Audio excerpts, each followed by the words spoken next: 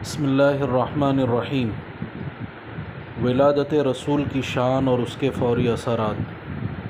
کتنا مبارک تھا پیر کا وہ دن، ربیع الاول کا وہ مہینہ اور اس کی نویں تاریخ 20 یا 22 اپریل 571 عیسوی کا وہ دن جب آپ صلی اللہ علیہ وسلم کی ولادت ہوئی۔ خدا کی رحمتوں کا آج اس قدر وفور ہے، جدھر نظر اٹھائیے سرور ہی سرور ہے۔ عرب کی سرزمیں کا ذرہ ذرہ کوہ طور ہے، فضائے شرق و غرب پر محیط ابر نور ہے۔ حضور صلی اللہ علیہ وسلم کی ولادت مبارکہ بالاتفاق ربیع الاول کے مہینے میں پیر کے دن ہوئی۔ البتہ تاریخ کے بارے میں اختلاف ہے، 2 ربیع الاول، 8 ربیع الاول، 10 ربیع الاول، 12 ربیع الاول، 13 ربیع الاول، 14 ربیع الاول، یہ مختلف اقوال ملتے ہیں۔ ہر ایک نے اپنے اپنے طور پر کسی ایک قول کو راجح قرار دیا ہے۔ اس اختلاف کی وجہ یہ ہے کہ سال بھر کی جن تاریخوں سے شریعت کے احکام وابستہ تھے تو ان سے متعلق حضور صلی اللہ علیہ وسلم کے ارشادات امت کے سامنے ہیں، اور ان تاریخوں کو محفوظ رکھنے کا اہتمام امت نے بخوبی کیا۔ لیکن حضور صلی اللہ علیہ وسلم کی ولادت مبارکہ کی تاریخ سے متعلق قرآن و سنت میں کوئی مخصوص حکم نہیں ملتا، اس لیے من جانب اللہ اس کی حفاظت کا اہتمام نہیں کیا گیا، اور نہ حضور صلی اللہ علیہ وسلم کی جانب سے کوئی ایسا حکم دیا گیا، نہ اس کو محفوظ رکھنے کے لیے صحابہ کی جانب سے خصوصی اقدامات اجتماعی طور پر سامنے آئے۔ یہ اختلاف ایک بہت بڑے سبق کی طرف اشارہ کر رہا ہے کہ حضور صلی اللہ علیہ وسلم کی تاریخ ولادت سے متعلق نہ حضور نے کوئی حکم دیا یا فضیلت بیان فرمائی، نہ ہی حضرات صحابہ کرام میں سے اس حوالے سے کسی خاص عمل یا جشن وغیرہ کا اہتمام تھا، اور نہ ہی حضرات تابعین و تبع تابعین میں، کیونکہ اگر اس تاریخ سے متعلق حضور اقدس صلی اللہ علیہ وسلم حضرات صحابہ و تابعین میں کوئی مخصوص عمل یا اہتمام یا جشن وغیرہ رائج ہوتا تو امت میں اس تاریخ ولادت سے متعلق اس قدر اختلاف نہ ہوتا۔ اس اہم نقطے میں ہر مسلمان کے لیے ایک بہت بڑا سبق ہے۔ پھر دیکھیے تو صحیح، ہمارے آقا صلی اللہ علیہ وسلم کی ولادت ہوتی ہے اور کس شان سے۔ آپ کی والدہ حضرت آمنہ کا بیان ہے کہ جب آپ کی ولادت ہوئی تو میرے جسم سے ایک نور نکلا جس سے ملک شام کے محلات روشن ہو گئے۔ کسریٰ فارس کے علاقے کے بادشاہ کا لقب ہے، اس کے محل کے 14 کنگرے گر گئے، جس کا مطلب یہ تھا کہ 14 پشتوں اور پیڑھیوں کے بعد کسریٰ کی حکومت ہمیشہ کے لیے دنیا سے ختم ہو جائے گی، اور ایسا ہی ہوا۔ چنانچہ حضرت عثمان غنی رضی اللہ تعالیٰ عنہ کے دور خلافت میں ہمیشہ کے لیے کسریٰ کی پرشین امپائر کا خاتمہ ہو گیا۔ نمبر 3، مجوس کا آتش کدہ، جس میں ہزارہ سال سے آگ جل رہی تھی، ایک لمحے کے لیے بھی نہیں بجھی تھی، اچانک وہ آتش کدہ ٹھنڈا ہو گیا اور آگ بجھ گئی۔ ایک نہر ساوا کے نام سے جاری تھی، وہ اچانک خشک ہو گئی، اس کے ارد گرد کے گرجے منہدم ہو گئے۔ ولد الہدی فالکائنات ضیاء وفم الزمان تبسم وثناء، سرچشمہ ہدایت پیدا ہوئے، کائنات جگمگ جگمگ ہے، زمانے کے لبوں پر تبسم اور حمد جاری ہے۔ الروح والملأ الملائک حولہ للدین والدنیا بہ بشراء، روح الامین یعنی جبرائیل فرشتے ملائے اعلیٰ اور ان کے ارد گرد دین اور دنیا کی بلندی کی خوشخبریاں سنا رہے ہیں۔ اس کے بعد ایک عنوان ہے نام نامی اور اس کی برکات۔ والدہ نے آپ کا نام احمد رکھا، اور اس نام کے بارے میں ان کو خواب میں بتلایا گیا تھا کہ آپ کے ہاں جو بیٹا پیدا ہوگا اس کا نام تم احمد رکھنا۔ اور پوتے کی پیدائش کی اطلاع جب دادا عبد المطلب تک پہنچتی ہے تو ان کی خوشی کا کوئی ٹھکانہ نہیں رہتا۔ دادا نے عقیقے کا انتظام کیا اور پوتے کا نام محمد رکھا۔ چونکہ مکہ میں ایسے نام کا تذکرہ نہیں تھا، اس لیے لوگوں نے کہا کہ آپ نے تو عجیب و غریب نام رکھا۔ عبد المطلب نے فرمایا میں چاہتا ہوں کہ اس زمین پر بھی اور اس آسمان پر بھی میرے پوتے کی تعریف کی جائے۔ یہ دونوں نام یعنی احمد اور محمد حمد سے ہے۔ حمد کے معنی آتے ہیں تعریف کرنا، تو احمد کے معنی ہوں گے سب سے زیادہ تعریف کرنے والا، اور محمد کا مطلب عام طور سے مشہور یہ ہے وہ ذات جس کی بہت تعریف کی جائے۔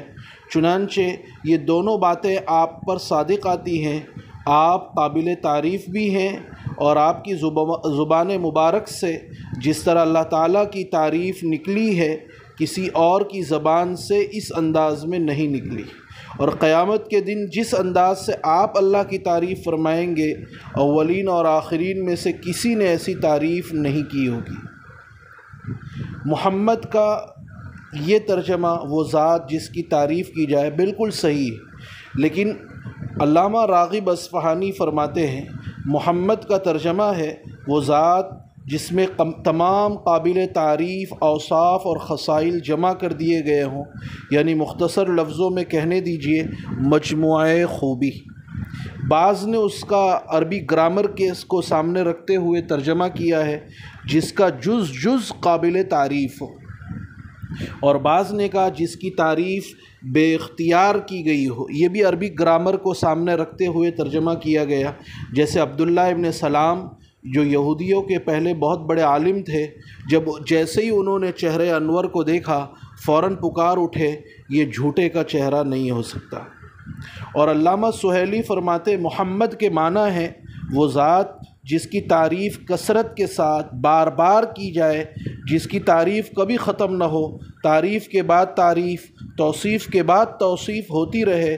زمانہ جو آگے بڑھتا جاتا ہے، انسان اپنی سعی کے مطابق جس قدر ترقی کرتا جاتا ہے، واقعتاً رسول عربی صلی اللہ علیہ وسلم کے کمالات سے پردہ اٹھتا جاتا ہے، اور مستقبل میں جس قدر دنیا کی عمر لمبی ہوگی، کمالات محمدی کے اعتراف کے بغیر کوئی چارہ کار نہیں ہوگا۔ شاعر رسول حسان ابن ثابت نے کیا خوب کہا ہے، وَشَقَّ لَهُ مِنْ اسْمِهِ لِيُجِلَّهُ فَذُو الْعَرْشِ مَحْمُودٌ وَهَذَا مُحَمَّدٌ، یعنی اللہ نے اپنے رسول کی عزت بڑھانے کے لیے ان کا نام اپنے نام سے نکالا، چنانچہ عرش والا محمود ہے تو پیغمبر محمد ہے۔ واقعی اس نام کی برکات اس طرح ظاہر ہوئی کہ اس کائنات میں جتنی تعریف اور جتنا تذکرہ اور چرچا آپ کے کمالات، آپ کے محاسن اور آپ کی عظمتوں کا ہوا ہے اور ہو رہا ہے اور ہوگا، وہ کسی کا نہیں ہو سکتا، نہیں ہوا اور نہیں ہو رہا ہے۔ قرآن میں اللہ تعالیٰ نے آپ کو خود خطاب کر کے فرمایا وَرَفَعْنَا لَكَ ذِكْرَكَ، اے محمد ہم نے آپ کی خاطر آپ کے تذکرے کو اونچا مقام عطا کیا ہے۔ جب اللہ نے یہ کہا تو اللہ نے اپنے نبی کا نام اپنے نام کے ساتھ شامل کر لیا۔ چنانچہ اس دنیا میں کون سا ایسا لمحہ ہے جب اشہد ان لا الہ الا اللہ کے ساتھ اشہد ان محمد الرسول اللہ کی صدا بلند نہ ہو رہی ہو۔ توحید و رسالت کی یہ گواہی عرب میں بھی جاری ہے، عجم میں بھی، مشرق میں بھی دی جا رہی ہے، مغرب میں بھی، آبادی میں بھی دی جا رہی ہے، ویرانے میں بھی، پہاڑوں اور غاروں، شہروں اور قصبوں، بیابانوں اور دشت و جبل کا وہ غرض یہ کہ زمین کا وہ کون سا ٹکڑا ہے جہاں اللہ کے دین کے متوالے محمد الرسول اللہ صلی اللہ علیہ وسلم کی شہدائی اشہد ان محمد الرسول اللہ نہ کہہ رہے ہوں۔ عرصہ پہلے ایک مضمون پڑھنے کا موقع ملا تھا کہ شب و روز کے 24 گھنٹوں میں کوئی لمحہ ایسا نہیں ہوتا جب انڈونیشیا سے لے کر امریکہ تک کہیں نہ کہیں اذان کی آواز بلند نہ ہو رہی ہو۔ اس طرح گویا ہر لمحہ دنیا کی فضا میں آپ کا ذکر گونجتا رہتا ہے۔ پھر اذان کے علاوہ اقامت میں، تشہد میں، جمعہ میں، عید الفطر، عید الاضحیٰ کے خطبات میں، کتابوں میں، وعظوں میں، تقریروں میں، ممبروں پر، عرفات کے دن میں، جمرات کے پاس، صفا مروہ پر، خطبہ نکاح میں، غرض یہ کہ ہر جگہ اللہ کے نام کے ساتھ رسول اللہ صلی اللہ علیہ وسلم کا اسم گرامی بھی آتا ہے۔ عبداللہ ابن عباس نے اس آیت کی یہی تفسیر فرمائی، اور خدا نے جہاں پھر بندوں کو اپنی اطاعت کا حکم دیا وہاں آپ صلی اللہ علیہ وسلم کی فرما برداری کی بھی تاکید کرتے ہوئے کہا اطیعوا اللہ و اطیعوا الرسول۔ دنیا کا کوئی سمجھدار انسان آپ کا نام بغیر تعظیم کے نہیں لیتا، چاہے وہ مسلمان بھی نہ ہو۔ یہ چرچے آپ کے نام کی برکات کا کھلا ظہور ہے۔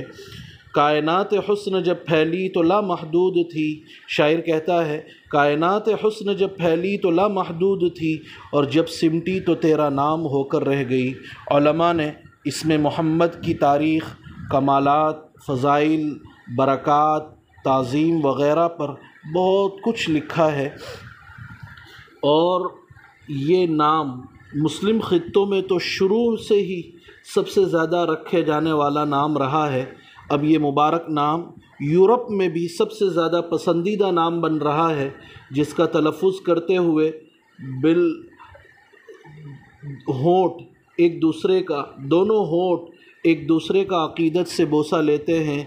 شاعر کہتا ہے زباں پہ بار خدایا کس کا نام آیا، زباں پہ بار خدایا کس کا نام آیا، کہ نطق نے بوسے میری زباں کے لیے۔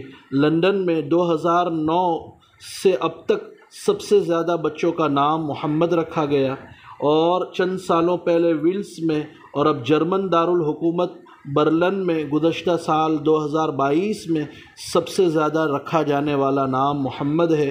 علامہ اقبال نے کیا خوب کہا تھا، دہر میں اسم محمد سے اجالا کر دے، دہر میں اسم محمد سے اجالا کر دے، قوت عشق سے ہر پست کو بالا کر دے۔ یا رب صلی وسلم دائما ابدا علی حبیبک خیر الخلق کلہم۔